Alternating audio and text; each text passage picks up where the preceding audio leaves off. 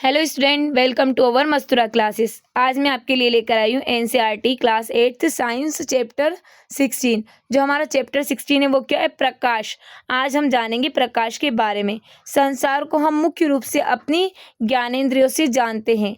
ज्ञानेंद्रियों में से दृष्टि का एक सबसे महत्वपूर्ण ज्ञानेंद्रियां है। इसकी सहायता से हम पर्वतों, नदियों, पेड़ पौधों, कुर्सियों, मनुष्य तथा अपने चारों ओर की अन्य अनेक वस्तुओं को देख सकते हैं। हम आकाश में बादल, इंद्रधनुष तथा उड़ते पक्षियों को भी देखते हैं। रात्रि में हम चंद्रमा तथा तारों को देखते हैं। दृष्टि द्वारा ही हम इस पृष्ठ पर छपे शब्दों तथा वाक्यों को देख पाते हैं। क्या आप जानते हैं कि ये सब देखना कैसे संभव हो पाता है? वस्तुओं को दृश्य कौन बनाता है? जो वस्तु है उनका दृश्य कौन बनाता है? क्या कभी आपने सोचा है कि हम विभिन्न वस्तुओं को कैसे देख पाते हैं? आप कह सकते हैं कि हम वस्तुओं को नेत्रों से देखते हैं, लेकिन क्या आप अंधेरे में किसी वस्तु को देख पाते हैं? इसका अर्थ है कि केवल नेत्रों द्वारा हम किसी वस्तु को नहीं देख सकते। किसी वस्तु को हम तभी देख पाते हैं जब उस वस्तु से आने वाला प्रकाश हमारे नेत्रों में प्रवेश करे। यह प्रकाश वस्तुओं द्वारा उत्सर्जित अथवा उनसे परावर्तित हो सकता है। आपने कक्षा 7वीं में सीखा है कि कोई पॉलिश किया हुआ चमकदार पृष्ठ दर्पण की भांति कार्य कर सकता है। दर्पण अपने ऊपर पड़ने वाले प्रकाश की दिशा को परिवर्तित कर देता है। आप बता सकते हैं कि किसी पृष्ठ पर पड़ने वाला प्रकाश किस दिशा में परावर्तित होगा? आइए ज्ञात करें परावर्तन के नियम। क्रियाकलाप 16.1। किसी मेज या ड्राइंग बोर्ड पर सफ़ेद कागज की एक शीट लगाइए। एक कंघा लीजिए और इसके बीच एक दांते को छोड़कर सभी खुले स्थानों को बंद कर दीजिए। इस कार्य के लिए आप काले कागज की एक पट्टी का प्रयोग कर सकते हैं। कंघे को कागज की शीट के लंबवत पकड़िए। एक टॉर्च की सहायता से कंघे के खुले स्थान पर एक ओर से प्रकाश डालिए। टॉर्च तथा कंघे के थोड़े से समायोजन के पश्चात आप कंघे की दूसरी ओर कागज की शीट के अनुदिश प्रकाश की एक किरण देखेंगे। कंघे तथा टॉर्च को इस स्थिति में रखिए। कौन सी स्थिर स्थिति में रखेंगे? स्थिर रखेंगे। प्रकाश किरण के गमन और पथ के सामने समतल दर्पण की एक पट्टी को भी रखिए। क्या आप देखते हैं? यहाँ पर हम देखते हैं परावर्तन दर्शाने की व्यवस्था। ये क्या हो रही? परावर्तन हो रहा है प्रकाश का। दर्पण से टकराने के पश्चात प्रकाश की किरण दूसरी दिशा में परावर्तित हो जाती है। किसी पृष्ठ पर पड़ने वाली प्रकाश किरण को आपतित किरण कहते हैं। पृष्ठ से परावर्तन के पश्चात वापस आने वाली प्रकाश को परावर्तित किरण कहते हैं। जो उसमें प्रकाश किरण जो उसमें आपतित हो जाती है उसे हम क्या कहते हैं? आपतित किरण।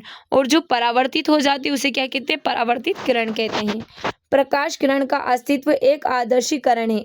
वास्तव में हमें प्रकाश का एक संकीर्ण किरण पुंज प्राप्त होता है जो अनेक किरणों से मिलकर बना होता है। सरलता के लिए हम प्रकाश के संकीर्ण किरण पुंज के लिए किरण शब्द का उपयोग करते हैं। अपने मित्रों की सहायता से कागज पर समतल दर्पण की स्थिति तथा आपतित एवं परावर्तित किरणों को दर्शाने वाली रेखाएं खींचिए। दर्पण तथा कंघे को हटाइए। दर्पण को निरूपित करने वाली रेखा के जिस बिंदु पर आपतित किरण दर्पण से टकराती है उस पर दर्पण 90 डिग्री का कोण बनाते हुए एक रेखा खींचिए।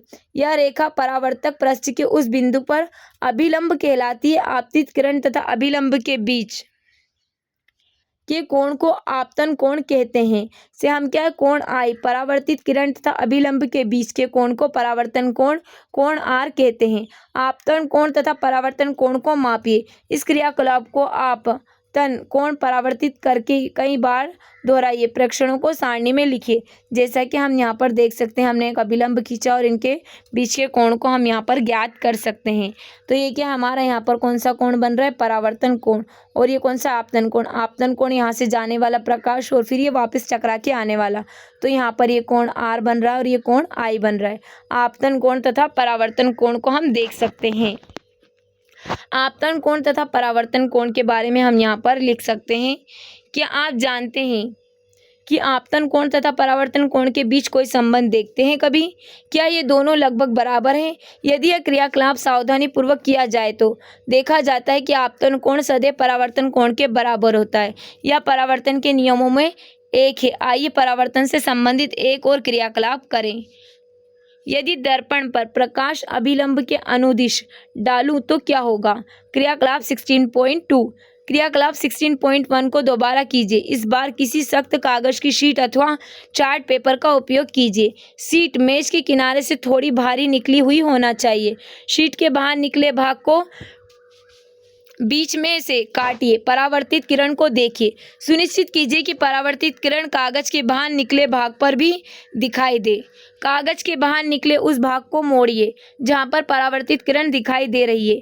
क्या आप अब भी परावर्तित किरण को देख पाते हैं? कागज को पुनः प्रारंभिक अवस्था में लाइए। क्या आप फिर से परावर्तित किरण को देख पाते हैं? इससे आपको क्या निष्कर्ष मिलता है? अब हम क्या निष्कर्ष निकाल सकते हैं यहाँ पर? तो हम देखते हैं आपतित किरण, परावर्तित किरण तथा आपतन बिंदु पर अभिलंब एक ही तल में होते हैं। जब मेज पर कागज की पूरी शीट फैलाते हैं तो यह एक तल को निरूपित करती है। आपतित किरण, आपतन बिंदु पर अभिलंब तथा परावर्तित किरण ये सभी इसी तल में होते हैं। जब आप कागज को मोड़ देते हैं तो आप एक नया तल बना देते हैं जो उस तल के भिन्न होता है जिससे आपतित किरण तथा अभिलंब स्थित होते हैं। अब आप परावर्तित किरण नहीं देख पाते हैं। क्या आप निर्देशित करते हैं कि यह दर्शाते हैं कि आपतित किरण, आपतन बिंदु पर अभिलंब तथा परावर्तित किरण ये सभी एक तल में होते हैं।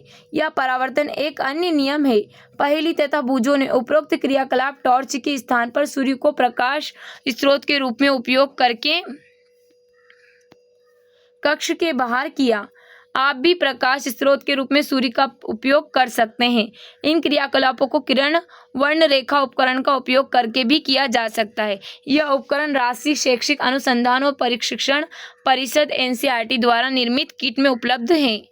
बूझो को याद आया कि उसने कक्षा 7वीं में समतल दर्पण द्वारा बने किसी वस्तु के प्रतिबिंब के कुछ लक्षणों का अध्ययन किया था।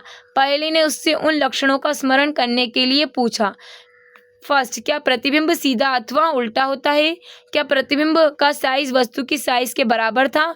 क्या प्रतिबिंब दर्पण के पीछे उतनी ही दूरी पर दिखाई दिया था जितनी वस्तु की दूरी दर्पण के सामने रखी थी? क्या प्रतिबिंब को पर्दे पर प्राप्त किया जा सकता है? आइए निम्नलिखित क्रियाकलापों से समतल दर्पण द्वारा प्रतिबिंब बनने के बारे में कुछ अधिक समझें। क्रियाकलाप 16.3 समतल दर्पण PQ के सामने एक प्रकाश स्रोत O रखा है। दर्पण पर दो किरणें OA तथा OC आपतित हो रही है। क्या आप परावर्तित किरणों की दिशा ज्ञात कर सकते हैं? समतल दर्पण PQ के पृष्ठ के बिंदु A तथा C पर अभिलंब खींचिए। फिर बिंदु A तथा C पर परावर्तित किरण खींचिए। आप इन किरणों को कैसे खींचेंगे? परावर्तित किरणों को क्रमशः A, B तथा CD से निरूपित कीजिए। इन्हें आगे की ओर बढ़ाइए। क्या ये मिलती है? अब इन्हें पीछे की ओर बढ़ाइए। क्या अब ये मिलती है? यदि ये मिलती है तो इस बिंदु पर I अंकित कीजिए। क्या परावर्तित किरणें E पर स्थित किसी दर्शक के नेत्र को बिंदु I से आती है प्रतीत होती है? क्योंकि परावर्तित किरणें वास्तव में I पर नहीं मिलती बल्कि मिलती हुई प्रतीत होती है, इसलिए हम कह सकते हैं कि बिंदु O का आभासी प्रतिबिंब I पर बनता है। आप कक्षा 7वीं में पढ़ चुके कि इस प्रकार के प्रतिबिंब को पर्दे पर प्राप्त नहीं किया जा सकता। कौन से वाले को? आभासी प्रतिबिंब को हम पर्दे पर प्राप्त नहीं कर सकते। तो यहाँ हमें ये समतल दर्पण से प्रतिबिंब का बनना दिखाई दे रहा है। आप स्मरण कर सकते हैं कि दर्पण द्वारा बने प्रतिबिंब में वस्तु का बायां भाग दाईं ओर तथा दायां भाग बाईं ओर दिखाई पड़ता है। इस परिघटना को पार्श्व परिवर्तन कहते हैं।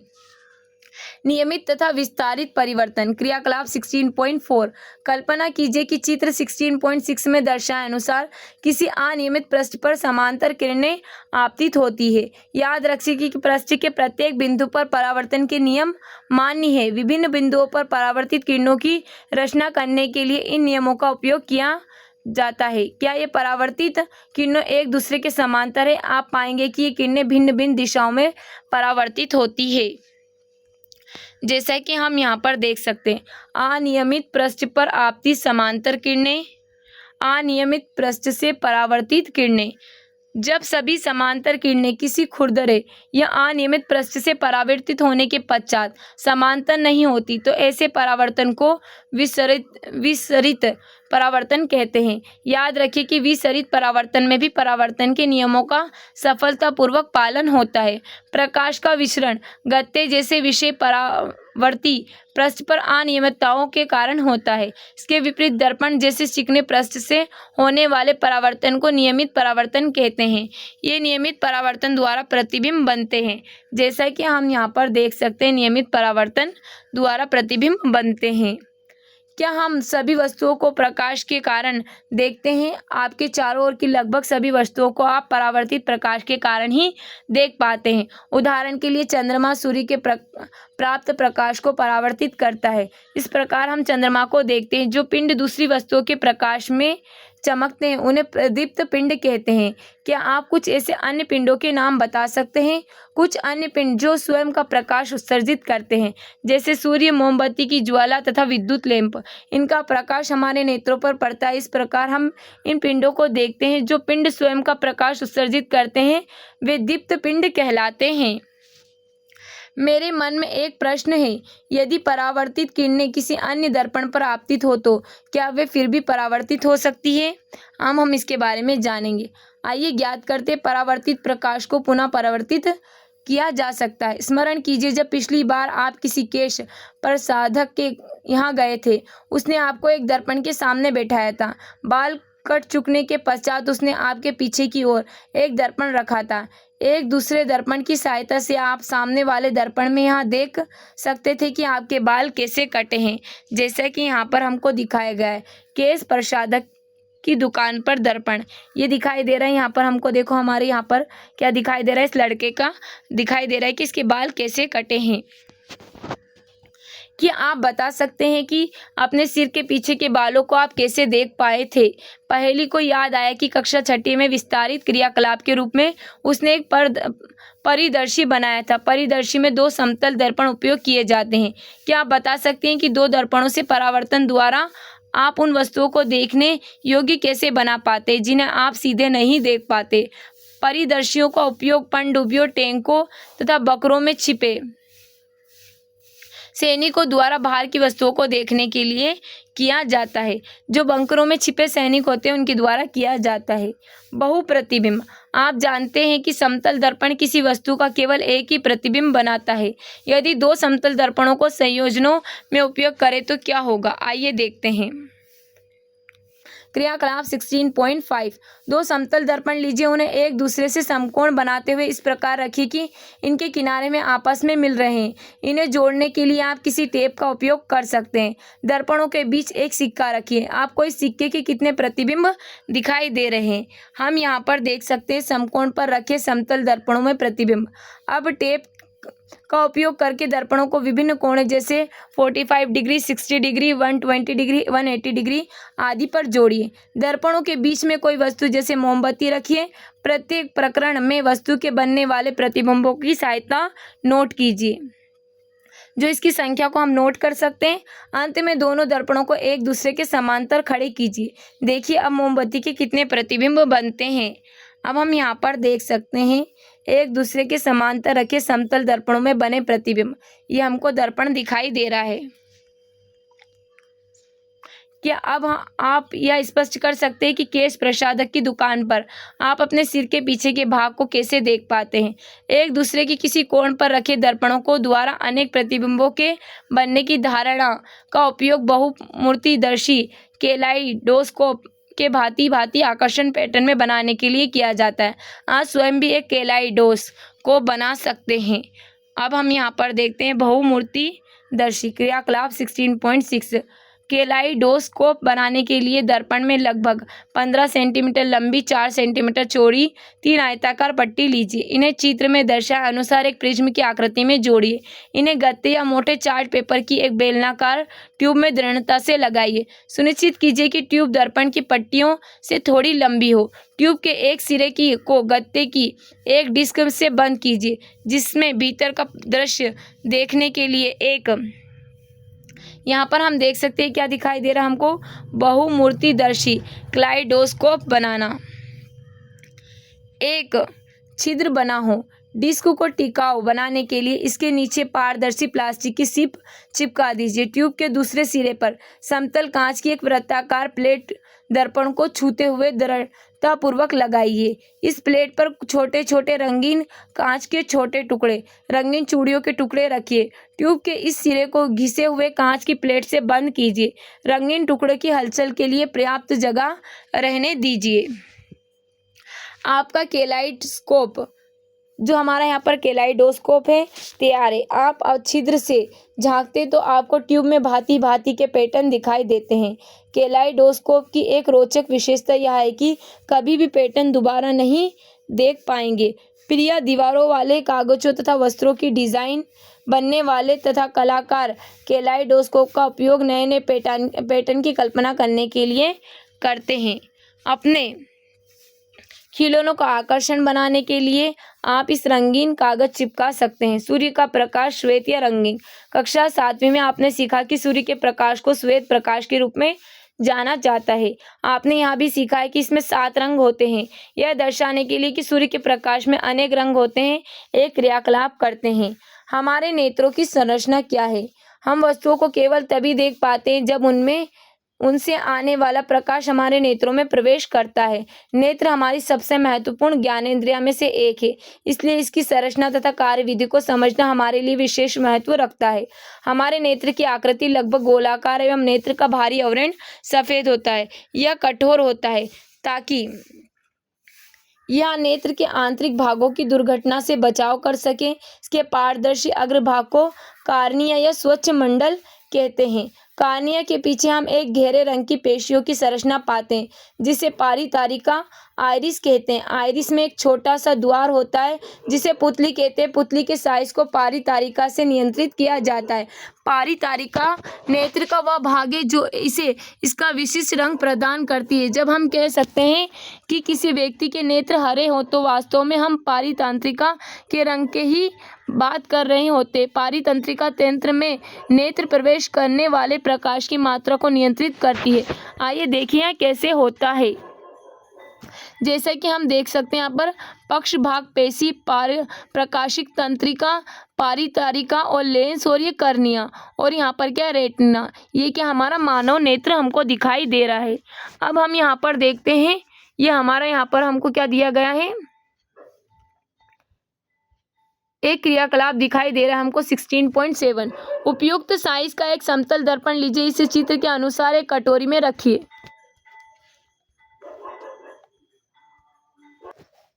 उपयुक्त साइज का एक समतल दर्पण लीजिए। इसे चित्र 16.13 के अनुसार दर्शाए कटोरी में रखिए। कटोरी में जल भरिए। इस व्यवस्था को किसी खिड़की के पास इस प्रकार रखिए कि दर्पण पर सूर्य का प्रकाश सीधा पड़ सके। कटोरी को स्थिति को इस प्रकार समायोजित कीजिए कि दर्पण से परावर्तित होने वाला प्रकाश किसी दीवार पर पड़े।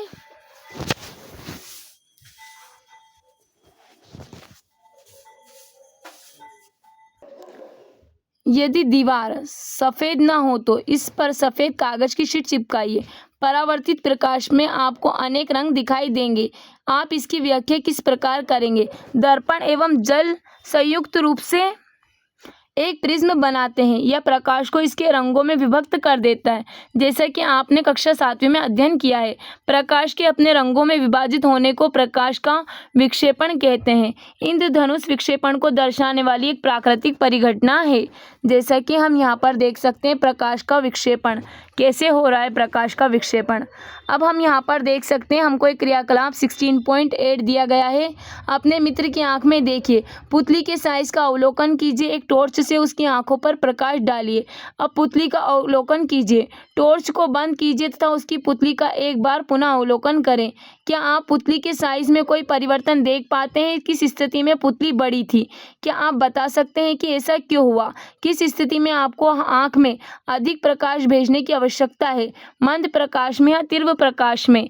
आप यहाँ पर बता सकते हैं। अब हम यहाँ पर देखते हैं पुतली के पीछे एक लेंस है जो केंद्र पर मोटा है। किस प्रकार का लेंस केंद्र पर मोटा होता है? स्मरण करिए कक्षा 7वीं में लेंसों के बारे में क्या पढ़ा है। लेंस प्रकाश को आंखों के पीछे एक परत फोकसित करता है। इस परत को रेटिना दृष्टिपटल कहते हैं। रेटिना अनेक तंत्रिकाओं कोशिकाओं को बना होता है। तंत्रिका कोशिकाओं द्वारा अनुभव की गई संवेदनाओं को दृक तंत्रिकाओं द्वारा मस्तिष्क तक पहुंचा दिया जाता है। तंत्रिका कोशिकाओं को दो प्रकार की होती है, शंकु जो तीव्र प्रकाश के लिए सुग्राही होते हैं तथा शलाकाएं जो मंद प्रकाश के लिए सुग्राही होती है। इसके अतिरिक्त शंकु रंगों वर्णों की सूचनाएं भी भेजते हैं। दृक तंत्रिकाओं तथा रेटिना की संधि पर कोई तंत्रिका कोशिका नहीं होती। इस बिंदु को अंध बिंदु कहते हैं। इसके अस्तित्व को निम्न प्रकार से प्रदर्शित किया जा सकता है। क्रियाकलाप 16.9 किसी कागज की शीट पर एक गोल चिन्ह तथा एक क्रॉस बनाइए। गोल चिन्ह क्रॉस के दाईं ओर होना चाहिए। दोनों चिन्हों के बीच 6 से 8 सेंटीमीटर की दूरी होना चाहिए। कागज की शीट को नेत्र की भुजा की दूरी पर पकड़े रखिए। अपने बाएं नेत्र को बंद कीजिए। क्रॉस को कुछ देर तक लगातार देखते रहिए। अपने नेत्र को क्रॉस पर स्थिर रखते हुए शीट को धीरे धीरे अपनी ओर लाइए। आप क्या देखते हैं? क्या गोल चिन्ह शीट के किसी दूसरी तरफ किसी दूरी तक आने पर अदृश्य हो जाता है? अब अपना दायां नेत्र बंद कीजिए। अब गोल चिन्ह पर देखते हुए उपरोक्त क्रियाकलाप को दोहराइए। क्या इस बार क्रॉस अदृश्य हो जाता है? क्रॉस अथवा गोल चिन्ह का अदृश्य होना यह दर्शाता है कि रेटिना पर कोई बिंदु है जो प्रकाश के गिरने पर इसकी सूचना मस्तिष्क नहीं पहुंचा रहा है। कौन है वो? रेटिना पर बने प्रतिबिंब का प्रभाव वस्तु को हटा देने पर तुरंत ही समाप्त नहीं होता। यह लगभग एक भाई 16 सेकंड तक बना रहता है। इसलिए यदि नेत्र पर प्रति सेकंड 16 या इससे अधिक दर पर किसी गतिशील वस्तु के स्थिर प्रतिबिंब बने तो नेत्र वह वस्तु चलचित्र की भांति चलती फिरती अनुभव होगी। अब हम देखते हैं क्रियाकलाप 16.10 6 से 8 सेंटीमीटर भुजा गत्ते का एक वर्गाकार टुकड़ा लीजिए। चित्र 16.16 में दर्शाए अनुसार इसमें 2 छिद्र बनाइए। इन दोनों छिद्रों में एक धागा पिरोइए। गत्ते की एक ओर एक पिंजरा तथा दूसरी ओर एक पक्षी बनाइए या इनके चित्र चिपकाइए और मोड़कर उसमें ऐंठन डालिए। अब धागे के दोनों सिरों को खींचिए ताकि धागे की ऐंठन खुले व गत्ते की गति से तेज लगे। गत्ते के घूमते समय आपको पक्षी पिंजरे के अंदर दिखाई देता है। हम यहाँ पर क्या देख सकते हैं कि गत्ते के अंदर क्या है? हमें पिंजरे में पक्षी, गत्ते की दूसरी ओर की सतह और गत्ते के सामने की सतह। अब हम यहाँ पर देखते हैं, हम जो चलचित्र देखते हैं वह वास्तव में कुछ भिन्न अनेक चित्रों का उपयुक्त क्रम पर्दे पर प्रक्षेपण है। उन्हें नेत्र के सामने प्रिय 24 प्रतिबिंब प्रति सेकंड 16 प्रतिबिंब सेकंड की दर से अधिक की दर से परावर्तित होते हुए दिखाया जाता है। इस प्रकार हम चलचित्र देख पाते हैं। अब हम यहाँ पर देखते हैं, नेत्रों को भारी वस्तुओं के प्रवेश से सुरक्षा देने के लिए प्रकृति ने पलकें प्रदान की है। पलकें बंद होकर अनावश्यक प्रकाश को भी नेत्रों में प्रवेश करने से रोक देती है। नेत्र एक ऐसा अद्भुत यंत्र है कि सामान्य नेत्र दूर स्थित वस्तुओं के साथ साथ निकट की वस्तुओं को भी स्पष्टता से देख सकता है।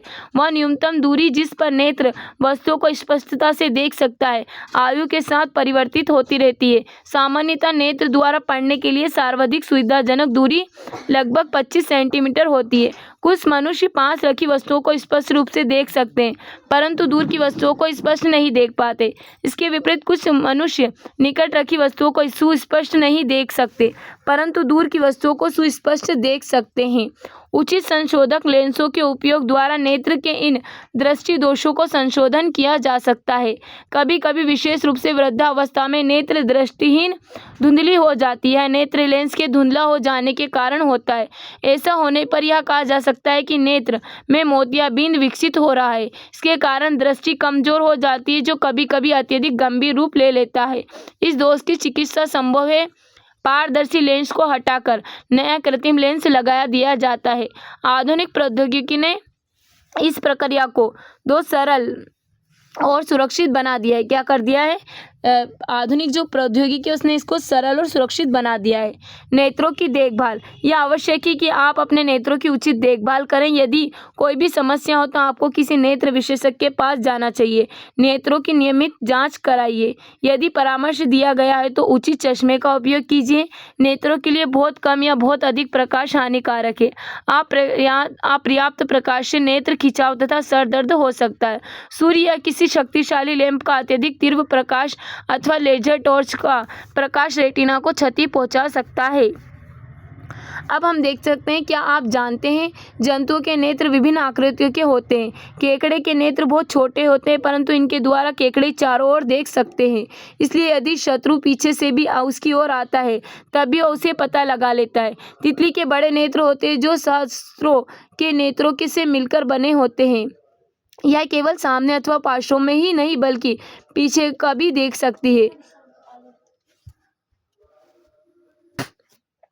उल्लू रात में भी भली भांति देख सकता है, परंतु दिन में नहीं देख पाता। इसके विपरीत दिन के प्रकाश में शकरी पक्षी, चील, गरुड़ दिन में भी अच्छी प्रकार से देख सकते, लेकिन रात में ठीक से नहीं देख पाते।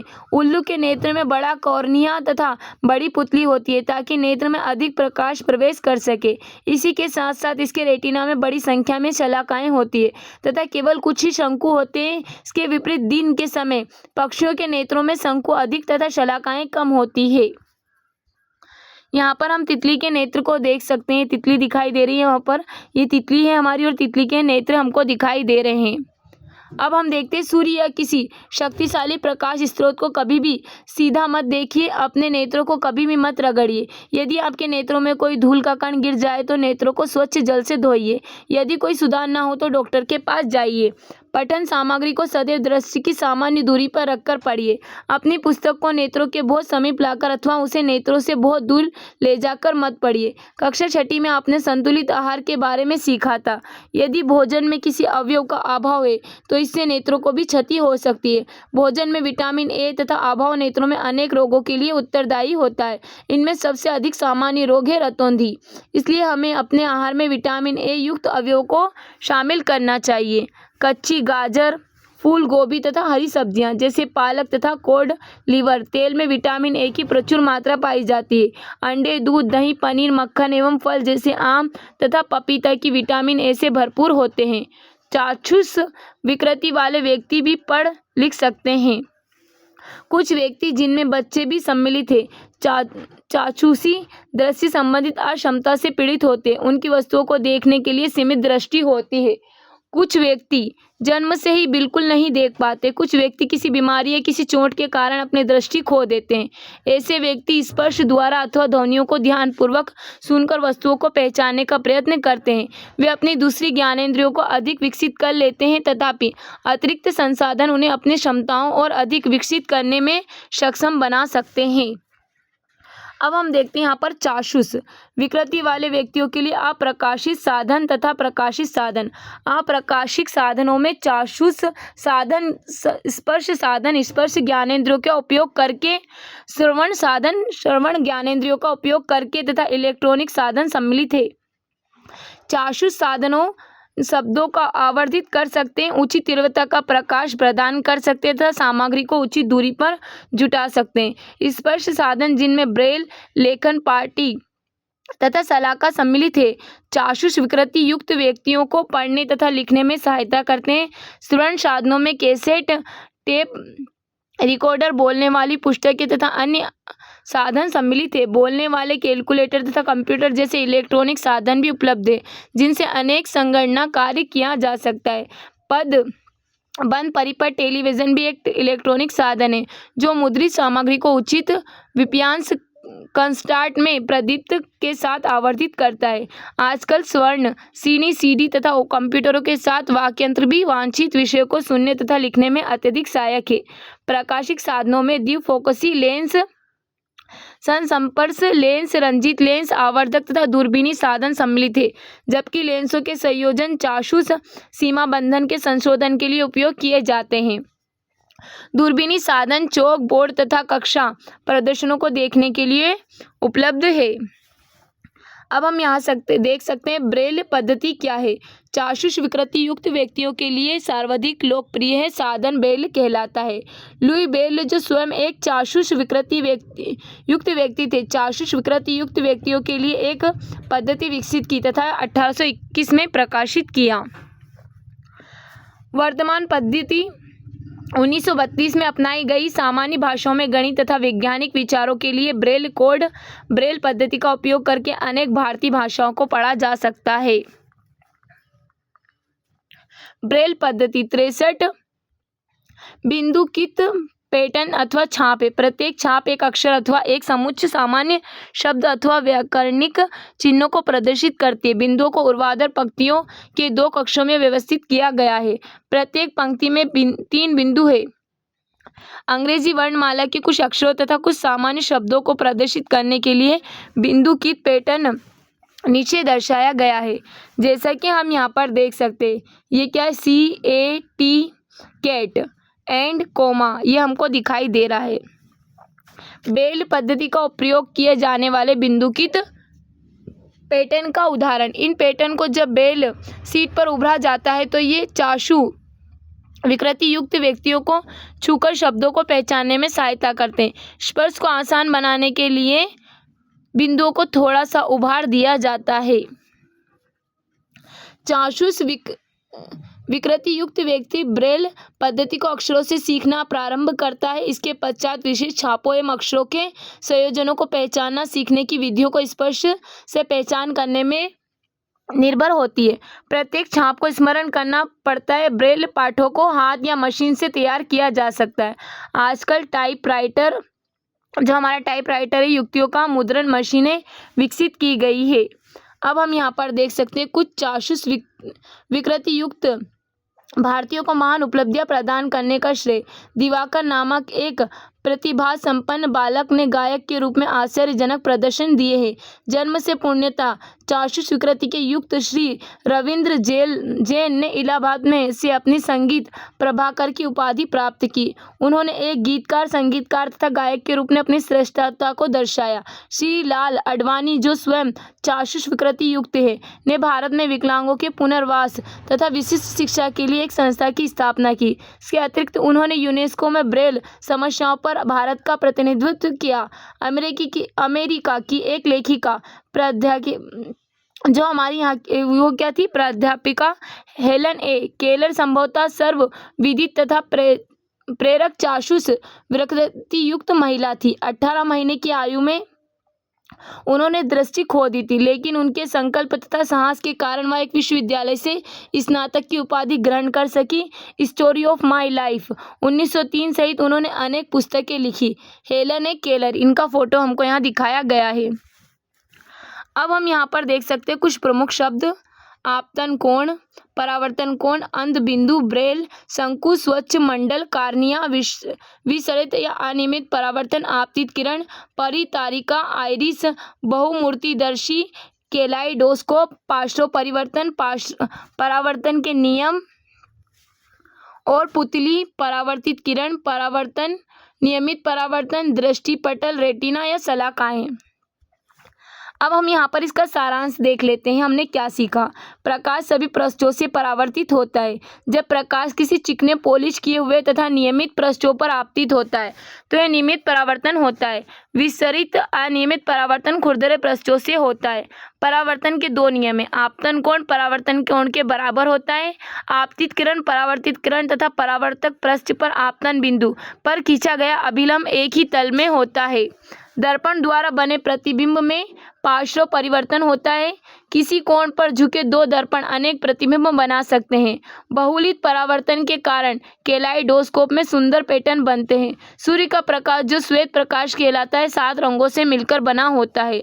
प्रकाश के अपने घटक रंगों में विभक्त होने के विक्षेपण कहते हैं। हमारे नेत्र के महत्वपूर्ण भाग है: कॉर्निया, स्वच्छ मंडल, आइरिस, परितारिका, पुतली, लेंस, रेटिना, दृष्टिपटल तथा दृक् तंत्रिकाएं। सामान्य नेत्र समीप तथा दूर की वस्तुओं को स्पष्ट देख सकते हैं।